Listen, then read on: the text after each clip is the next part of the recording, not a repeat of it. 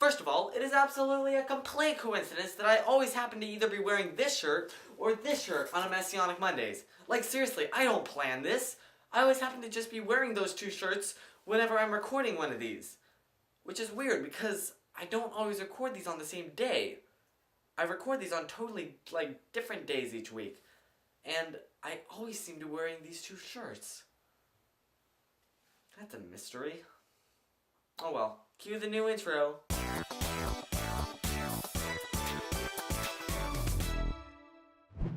Whew, that was exciting, wasn't it? I hope you like it, because I sure do, and that's the way it's gonna be from now on. Anyway, so this week's parasha is Toldot, which can mean genealogies, or generations, or family history, that kind of thing. And it's the parasha where Yaakov and Easu are born. Oh, Yaakov, you're such a trickster. I mean, when we think of Yaakov, that's probably the first thing to come to our mind. He's a deceiver. I mean, he totally tricked Easu out of the blessing for the firstborn, right?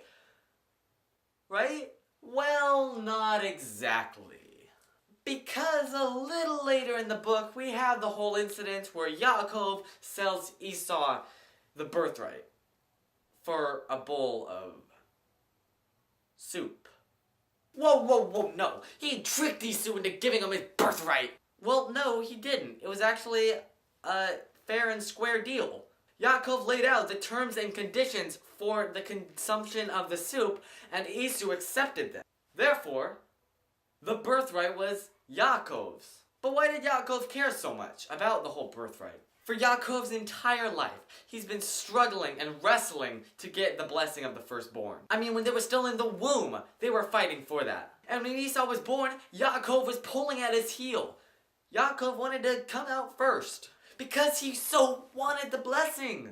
And many years later, he finally gets that blessing. And you know that story, when Yaakov put on the wool on his arms, and he went to Yitzchak, and Yitzchak said, "Are you Easu?" And Yaakov said, "Yes." That was tricking him, right? Well, I mean, kind of. And let me explain. Really, Yaakov didn't have a choice in the matter. Because his mother was the one who told him to do that whole thing, because a little bit earlier, she had heard from Hashem that Yaakov would receive the blessing. And then when she had heard that Yitzchak was going to give the blessing to Easu, obviously she got kind of upset. And unfortunately, she pretty much did the same thing as Sarah did a little while back. And that she decided to help God out. So when she says to Yaakov, "Hear my voice," that was an idiom for, you must obey this. Like, there's no chance for you not to be able to do this. This is a direct command from your parents. So Yaakov really didn't have that much of a choice in the matter. Although he probably was a little confused. And if there's one thing you never do, it's ignore a Jewish mom. So Yaakov puts on the garment and he goes over to his father Yitzchak. And Yitzchak says, "Are you Easu?" And Yaakov says yes, and Yaakov says, "Why are you back so early since you were going hunting?" And he says, "Hashem has given me the food." Which Easu would not have said. Easu would have recounted some great story that made him the brave, strong hero that took down the deer. So Yitzchak is a little confused, and he says, "What? You feel like Easu, but your voice is like Yaakov." Which was wrong, because that was 3 deliberate lies. But we know how the story goes. Yitzchak came and gave the blessing, and Yaakov was like, "Oh yeah, party on, I got it." Actually, no he wasn't. Because Easu kind of had a temper. And as you can understand, he was kind of upset over the fact that his younger brother just got the blessing that he's been waiting his entire life for. Although, it wasn't actually his to get, remember? Because he had sold it. His to get, remember? The blessing was legally Yaakov's to receive. So he didn't trick Easu out of his birthright. It was his. Unfortunately, Easu didn't quite see it this way. So his mom says to him, "Listen to what I'm saying." Again, remember that means obey me. "And get out of here before your brother kills you." So Yaakov hightails it out of there.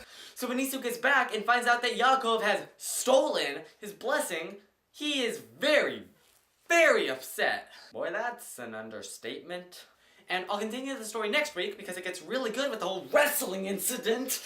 But basically the point that I wanted to make was that the blessing was Yaakov's. So my main takeaway is that if we truly desire something of God, then we should try our whole lives to get it.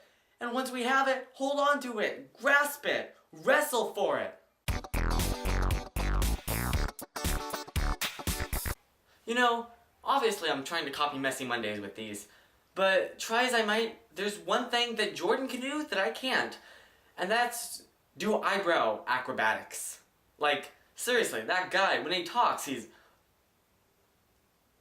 which I think is awesome, like, it's really entertaining to watch the videos and just stare at his eyebrows. But I can't do that. When I talk, my eyebrows just go like this. Look, I can't do eyebrow acrobatics. Can you, eyebrows? Can you do eyebrow acrobatics? Nope. See? The eyebrows have spoken. They can't do them. Sorry, I guess if I were to do, like, eye lifts. Just, like, eyebrow lifts. Do those over and over. Have people staring at me a lot, though. Hi, I'm Chris. Nice to meet you. That's a lot harder than it looks. Wow.